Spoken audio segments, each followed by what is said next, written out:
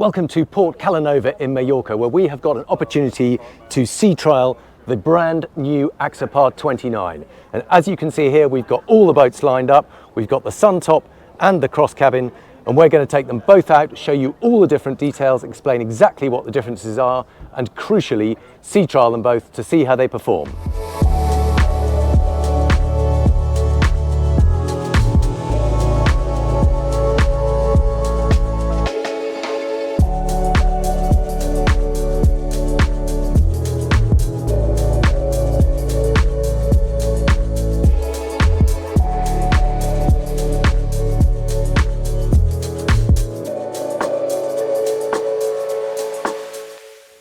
First up, let's take a closer look at the cross cabin. Now, they both share exactly the same hull, but clearly they've got completely different deck layouts. The cross cabin is the pilot house one, the sun top is the open model with the hard top. Now, the first thing to notice when you look at the hull is we've got an increased freeboard. The old 28 was a very low freeboard, very narrow, slender hull. This one got a little bit more freeboard, a bit more flare, and the whole thing is a little bit beamier on the top, so there's a bit more space in this bow area. That makes for a really nice squared off bow to walk onto, very easy just to step aboard. And then this is the next crucial thing. The previous boat just had an L-shaped seating area. This has the option of a U one. So this section here is standard. If you want the extra C section or U section, that is a cost option. But it does mean you have a really lovely sociable area here. You've got room for everybody to sit around here. There's table inserts that go in here. You can make that up into a sun pad, or indeed this forward-facing bench. Another really important new development. You've got a really handy forward-facing bench right in the bow here. Now you can see the slots for the tables. That all stores under here. So there we've got the infill cushions to make up the sun pad, and there you've got the table legs, and you've got storage under there. That's just open storage, and of course yet more storage up here. Now, another really useful little benefit are these latches. Such a simple thing, but by just being able to flick them up like that, it means you no longer have to lift the cushion and fiddle around trying to get hold of the latch that's under there. So much the same under here, plenty of extra storage, and of course further forward still we've got the anchor locker. That just twists to one side, lift it up, and there you've got access to the anchor. Quite clever that they've managed to use this little hole here both for a cup holder and access to the latch down there. Really handy having these backrests. That just means they're much more comfortable to sit against rather than just the bare rails. And crucially, this is the new fore cabin. Now, the one thing I have noticed is that this is a slightly awkward little latch. The others are so easy that this feels quite awkward, quite thin, and a little bit sharp on the fingers, even though it's actually one of the heavier latches to lift. It has got a couple of struts, so that takes some of the weight for you. Also crucial to note that we've got skylights in here that just let a bit of light down into this cabin. Now we'll take a quick look down in here, because this used to just be a straightforward heads compartment, but now it's a multi-purpose cabin. Now you can see you've got steps either side. You have to do that correctly because they're deliberately offset so that you go right foot first, then left foot, and it's still a little bit of an awkward drop down into the cabin. But once you're in here, you've got a surprising amount of space, and that's because the idea is that it is not just a heads compartment, it is a fully versatile cabin. Now, all this upholstery is in fact optional. The standard fit out is just to have the heads, the toilet under here, and then it's just a big storage space. But because of this clever system here, we've got a little step that folds down like this. You have to lift your feet up, but that then drops down. This then folds over. It is a bit like an origami thing. There's a little latch there you have to undo. That folds across. Then you've got the infill cushions that flop down, and then you've got a half decent bed. Now, it is very much an occasional cabin, but it is long enough I can lie down in here, tuck my feet way down there, and you can sleep on board. Now, if we just close that, just show you. There we go, we are inside, but because we've got these skylights over here, you have got some natural light. It's a little bit claustrophobic. It's not a beautiful cabin. but it is pretty handy overnight. It's one of those ones, if you go to the pub, it just means you can have a couple of extra drinks and sleep on board if you want to. Now, a bit of a fiddle to open this hatch. You've got to, I'm not sure I can do it with, I think you need two hands, so I might just have to clamp the camera there, grab that, push it up, and there we go, lifts up. Now just show you how it works as a toilet compartment. Fold that over, put this all back together, relatively fiddly, but we are getting there. That then lifts up, folds out the way, and then spin round, and we've got the toilet under here. Now that needs to strap back, so you've got a little strap there, link that up, push that onto the button there, and then you've got the sea toilet there. And really cleverly, best of all, behind here is a little fold out sink and a tap, and it just runs off the back there. So you have got a full heads compartment with a tap, a sink and a loo. You've also got access to all the electrics under here. So very handily, you can fold that down, get access to all the wiring if you want to check anything. And over here, I think this is the sound system, so the amplifier and so on. So really good to have access to everything if you need it. Right, step back up. Now the other thing to note on this cross cabin, let me just close this. There's that slightly awkward sharp latch I was talking about earlier. Now this has a built-in gutter that also doubles as a handhold, which really helps when you're just moving along the side decks. You've also got this slightly forward raked screen, just looks a bit more stylish, as well as much bigger doors. Now one of the problems with the old boat is it was always a little bit narrow walking along the side decks. And although it's still quite narrow, they've cleverly managed to minimize that intrusion by just making little cutouts in here, and likewise along these bulwarks. It just means they've got a little bit of an angle on them, means you're not feeling like you're being pushed outside quite so much. So just keep one hand on there, move your way down the side deck.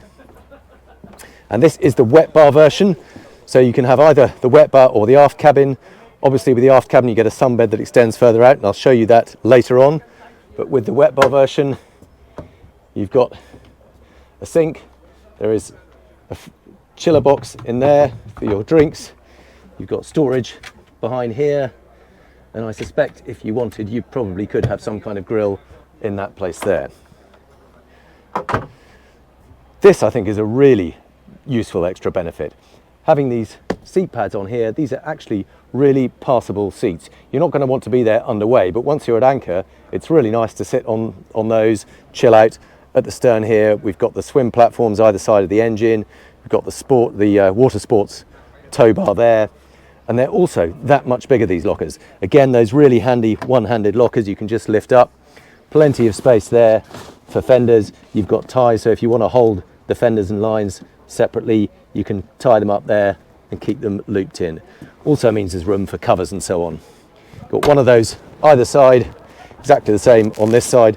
There's also a big storage locker under here. If I just open this up, you can see it's not terribly deep, but it's quite handy for life buoys, life rafts, extra storage, etc., and of course access down into the bilges. Like the soft decking it's got on here, nice and pale, but doesn't appear to gather the dirt too much, and it feels really nice underfoot. Now, much bigger doors into the pilot house. Always used to feel a little bit claustrophobic in the pilot house, but because you've got bigger opening doors and a bit more style, you can see just attractive mouldings, a bit more shape, just looks a bit more stylish than the old one, which was always a little bit of a potting shed. And when you get in to the cabin, fantastic visibility all the way around. You've got very, very slim mullions and pillars. They don't really take up any space, and you've got fantastic view, fantastic light, big improvement, and of course the much wider openings themselves. Now the one thing I have noticed when we were out and about, it does get a little bit steamy in here, and there's no way of locking these doors half open. It'd be really nice just to be able to lock them in place there so you had a little bit of ventilation just to prevent steaming up, but it wouldn't slide about. At the moment, you either have to have it fully open or fully closed. It just needs a little jam to hold it in place. But on the plus side, they feel really good and secure. A lot of the times on these kind of boats, the doors feel a bit rattly and a bit awkward to slide. These are very easy to slide. They feel nice and solid. Really good helm position. We've got an adjustable helm so you can tilt the wheel up and down, throttle exactly at the right height. It's good to see we've got a little brace footrest underneath there so that when you're using it as a leaning post, you have got somewhere to park your feet. The seats themselves are adjustable. We've got sliding back and forth on this little lever here, and this one here enables them to spin round. Quite hard to do one-handed, but I'll show you in a minute. We've got fold down bolsters, good level of support in the seats themselves, sort of document folder there just to hold bits and pieces while you want to. And then come round on this side, you can see that they're both held in position by little latches, but you can fold them up. That just makes a bit of storage space, and under here we've got a sink too. And of course, when you're underway, you can very easily lock them in place down like that. Now, another big improvement is this bench. It's just that much wider and really good light all the way around. It used to feel a little bit cramped, a little bit claustrophobic in the back. Not anymore. Much, much nicer boat to be a passenger in. Now, if you have the aft cabin, there's obviously access to the cabin through here. On this one, we've just got storage, but nice to see there's a little bit of storage under there. And on this side, we've got a bit of extra storage. And if we lift this up, we need to do it in combination. So that goes up, this lifts, oh, hang on, need an extra hand. That lifts up there. That pops into place. There is a special retainer there. And then you've just got access to this big storage space. Now that is where the cabin is. If you go for the aft cabin here, it's just handy extra storage. Right, I think that has seen everything there is to see. We've got a sunroof overhead. That's just a straight manual twist and pull. I found the technique. It's this little locking button here that holds it in place. So once you've depressed that, then you twist it, then you just pull it back, and you have a really big sunroof. Relatively stiff, but give it a good shove, and then you've got a decent sunroof overhead. And these bars, so if you want to carry an SUP or whatever, you've got the flexibility. It's all about that adventure boat. Let's take a very quick look at the 29 cross cabin with the aft cabin. Now, the first thing I wanted to show you is what this bow area looks like when it's all made up as a sun pad. So we've got the table in place, we've got the infill cushion, and then you've got a really good full-length sun pad here. And then if we skip to the back, let's just show you the aft cabin from the outside. So there you can see it comes a lot further aft. We've got a full-length sun pad on the back here. You obviously lose the wet bar from the wet bar version, but you gain an awful lot of cabin space inside. So here you can see we've got the cushion already lifted, exactly the same aft bench arrangement, but instead of a storage area, you've got a proper full-length bed. Now, we've got a little bit of kit down here. We've got all the life jackets and in fact a table, but you can see there is a full-length bed there, plenty of space to lie out, stretch out all the way. And because you've got this open seat support here, again, it stops it feeling quite so claustrophobic. You've just got more light, more volume, more space, and a really cozy little cabin. One more thing to point out about all these Axopar 29s is that if you opt for the aft cabin, or in fact the forward-facing seats on the sun top, you can still have a wet bar, and it lives under this locker here. None of them have been fitted with it yet, but instead of the bin for fenders, you can get a grill top and a drop-in refrigerator. So you don't have to specify the wet bar. You can have the aft cabin or those seats and still get a small wet bar and barbecue here.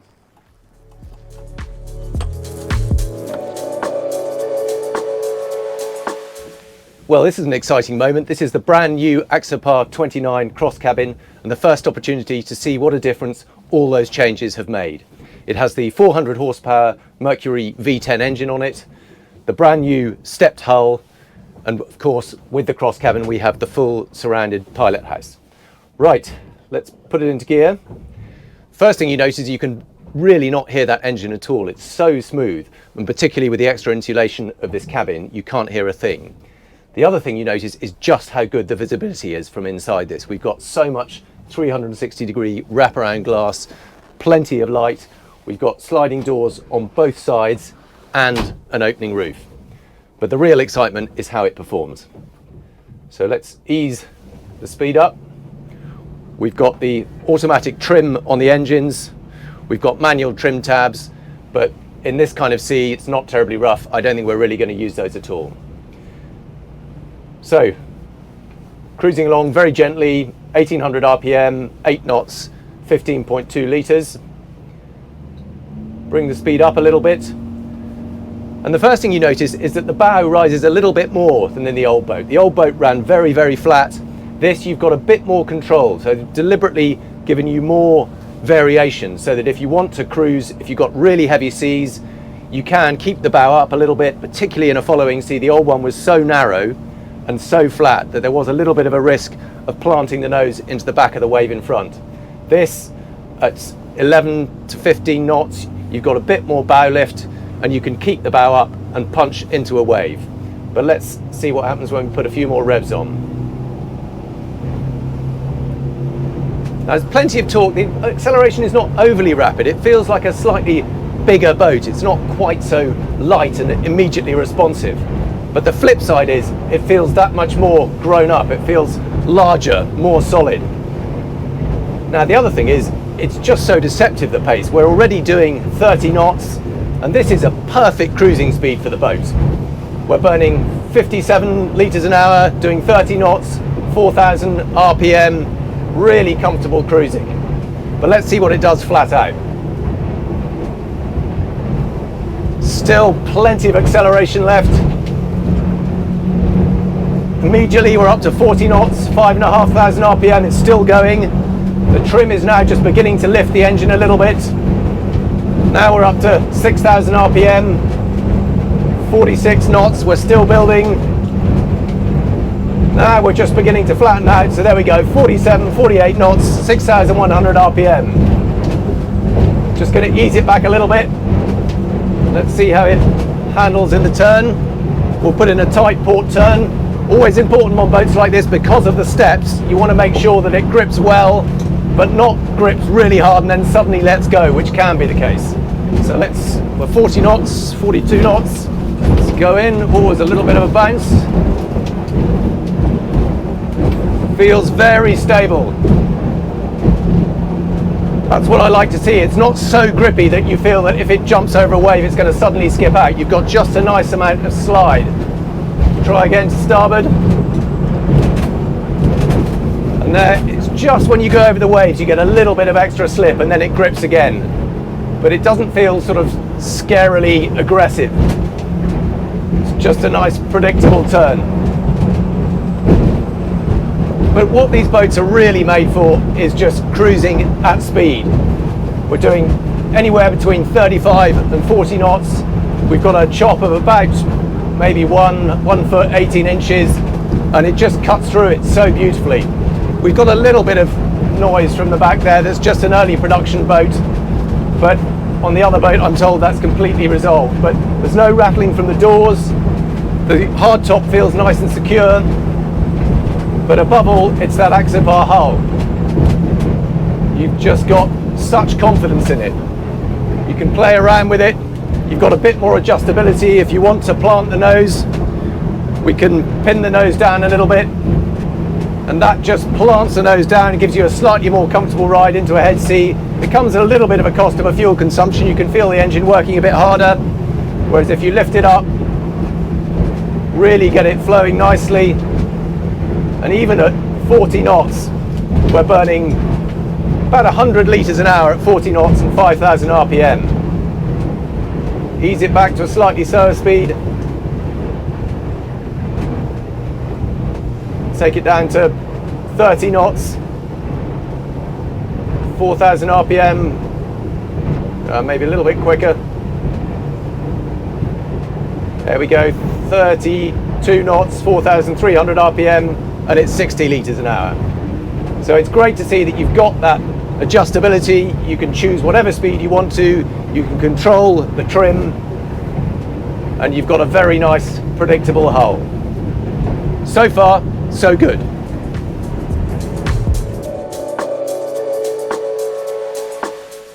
We've had a good look at the new Axopar 29 cross cabin. Now let's take a look at the Suntop.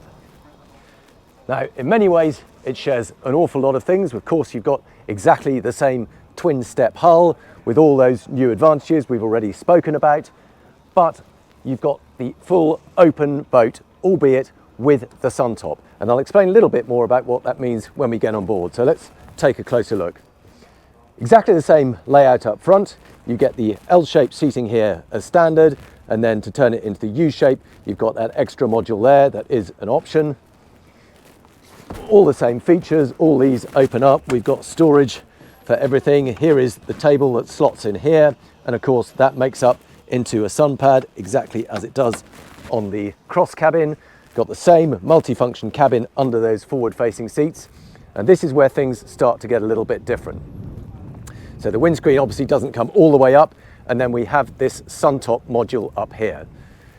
Grab rails all the way around the side, so as you move down the side deck, it's very easy to keep yourself steady. We've got an electric sunroof in this version. You can also get a manual example of it.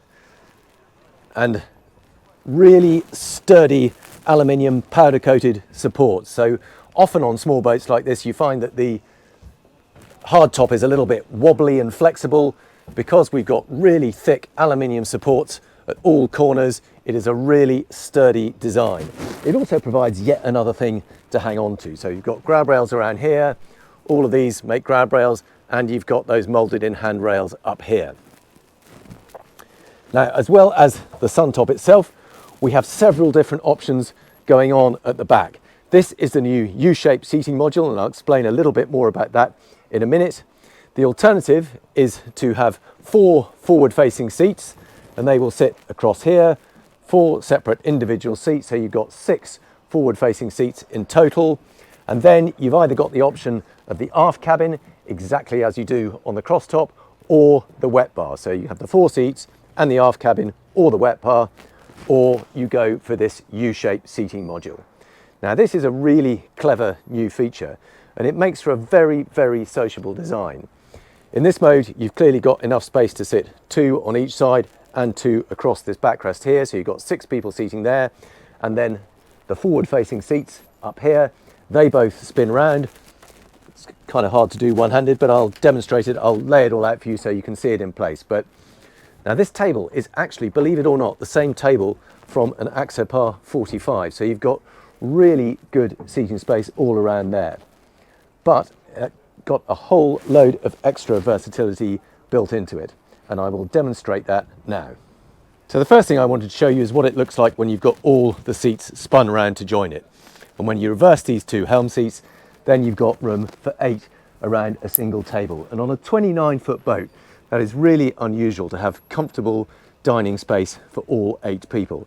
Normally you end up with a tiny table and room for 3 or 4 plates at the most, with everybody else fighting for space. And the joy of this Suntop is that at the touch of a button, this whole roof opens up. You can either have it manual or optionally electric, and then you've got a really good sized opening over the whole length of the cockpit. Very, very effective transition. The next thing to show you is how this whole U-shaped seating area converts to a sunbed. Now, it's very simply done. You can see that I've just unfolded the table and dropped it down to the same level as the seats, put in these infill cushions, and then the backrest, which was here, has now moved to the forward end of it to create a kind of aft-facing lovely sunbed. Plenty of space to stretch out. There's room for at least 2, maybe even 3 people on there, and with the support of that backrest. It's so clever and so easily done. It's not just there that the backrest sits. You can also move it to right up at the stern end here, and I'll show you how to do that now. There we go. I've very simply moved the backrest now to the aft end of the sunbed, reversed its direction so that it's now facing backwards, and then it means you've got a perfect aft-facing bench, whether you're just chilling out at anchor or perhaps more likely keeping an eye on somebody who's water skiing or wakeboarding off the back. And we're still not finished. Let me show you one more variation. And there we have it. That is the final variation where we've moved the backrest forward, facing forward, to create 4 forward-facing seats right up under the protection of the windscreen. So if it is a bit windy, a bit wet, you can sit right at the forward end of this bench and gather the shelter from that windscreen. So one single seating solution, but many, many different variations. It's a really clever, really sociable, really versatile solution. The other thing about all these benches is that they've got storage under them. So this one here just very quickly opens up, and that's where you've got storage for those filling cushions, as well as plenty of extra space. And indeed, all of these benches lift up too. They're all hinged, all the cushions are attached, so you've got plenty of storage, very easy access, and no fuss to get to it.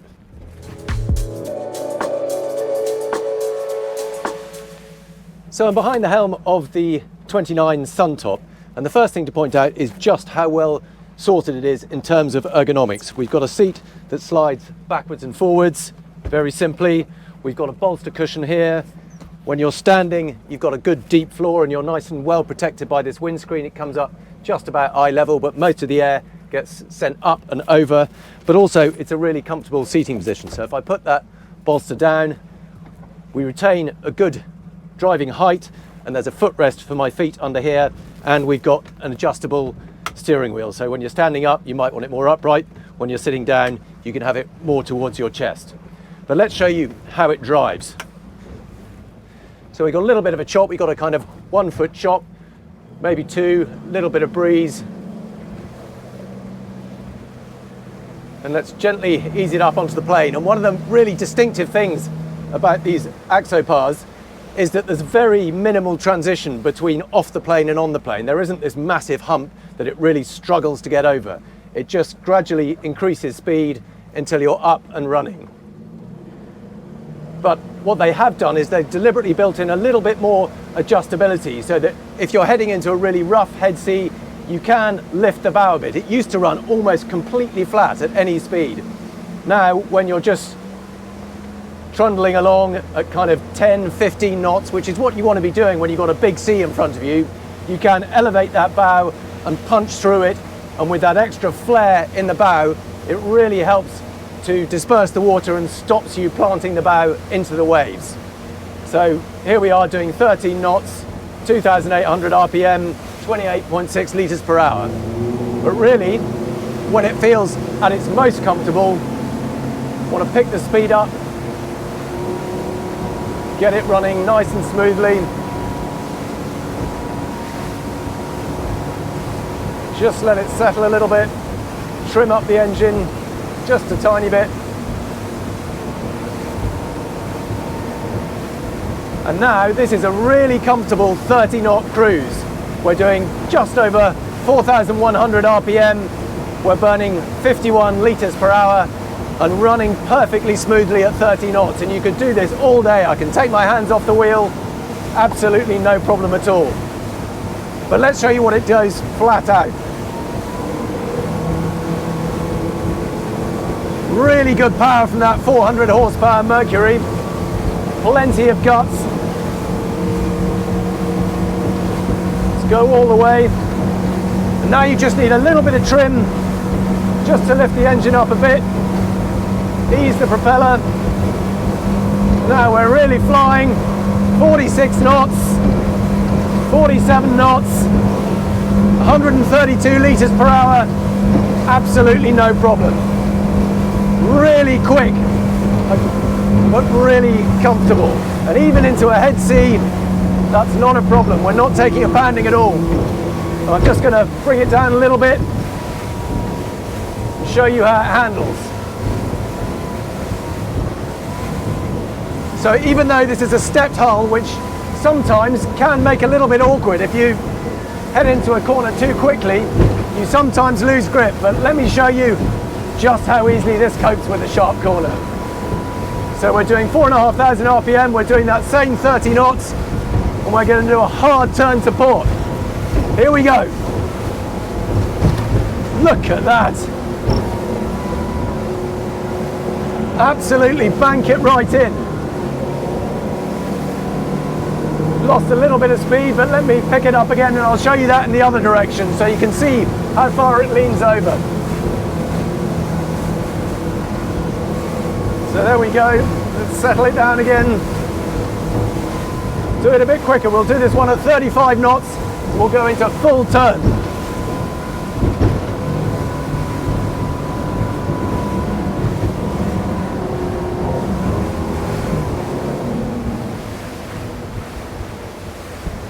So it's a really nice controllable boat. You've got a bit of slide, but nothing dramatic. Unless you skip out over a wave or lift the engine up too high, it gives a perfect kind of balance of grip and slide. It's not so aggressive you're going to be chucking your passengers around, but it's very predictable, very competent.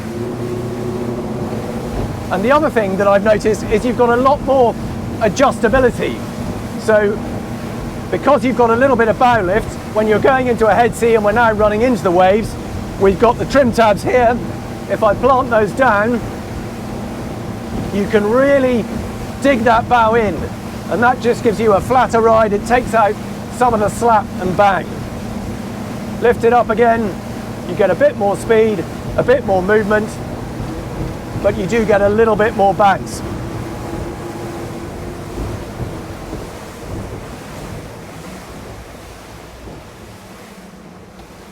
So although as a boat it is a little bit bigger and more grown up than the original 28, and in some ways perhaps it's not quite so raw, but as a more polished, slightly larger, more refined boat with that extra versatility both in terms of the practicality and the seating, but also in terms of the drive and being able to vary the trim, it really works. I think this is a very, very polished job. So time to answer the big question. What's it going to be? Is it going to be the sun top behind me here, or is it going to be the cross cabin over there? I guess that depends on the kind of boating you're likely to be doing. If you're the kind of person who wants to go out all year round, and there's probably only 2 to 4 of you maybe maximum, then the cross cabin has that extra versatility. But for me, it's the sun top every time. I love the fact that it's a more sociable, open boat. You can get more people on it. You all feel part of the same cockpit social area rather than kind of divided into either in the cabin or outside the cabin. It's all one big open space, and that sociable U-shaped seating and the versatility of it, that means you can have a sun pad aft, a sun pad forward, and just the whole driving experience. I just prefer an open boat. You've got the wind in the hair experience, you've got the shade from overhead, but you've also got a really enjoyable space. It's more that kind of sports car feeling, but with the extra versatility and practicality of the U-shaped seating area. For me, it's the sun top.